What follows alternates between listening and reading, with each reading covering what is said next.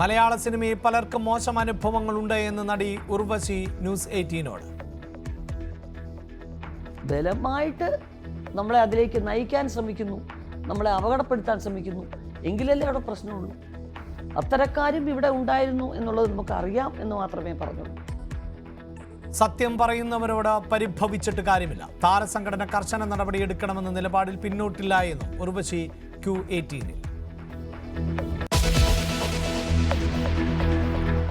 വഖഫ് നിയമത്തെ പിന്തുണച്ച് കർദിനാൾ ജോർജ് ആലഞ്ചേരി.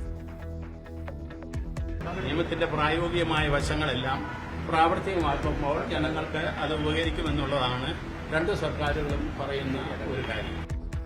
മുനമ്പം പ്രശ്നം പരിഹരിക്കപ്പെടുമെന്ന് രാജീവ് ചന്ദ്രശേഖർ. എനിക്ക് ഫുൾ കോൺഫിഡൻസ് ഉണ്ട്. ആ ബില്ല് സുപ്രീം കോർട്ടിൽ നിന്ന് പുറത്ത് വന്ന് ഇംപ്ലിമെന്റ് ആവുമ്പോൾ മുനമ്പം ജനങ്ങളുടെ പരിഹാരം ഇതിൽ പരിഹരിക്കാം, അവരുടെ പ്രശ്നങ്ങൾ പരിഹരിക്കും.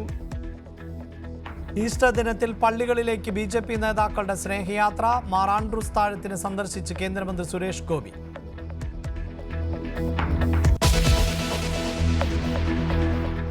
ക്രിസ്തുദേവന്റെ ഉയിർപ്പിന്റെ ഓർമ്മ പുതുക്കി ക്രൈസ്തവർ. ദേവാലയങ്ങളിൽ ഈസ്റ്റർ പ്രാർത്ഥനകളും ചടങ്ങുകളും. ആശാസമരത്തിന് പരിഹാരം കാണണമെന്ന് ഈസ്റ്റർ സന്ദേശത്തിൽ ഓർത്തഡോക്സ് സഭാധ്യക്ഷൻ.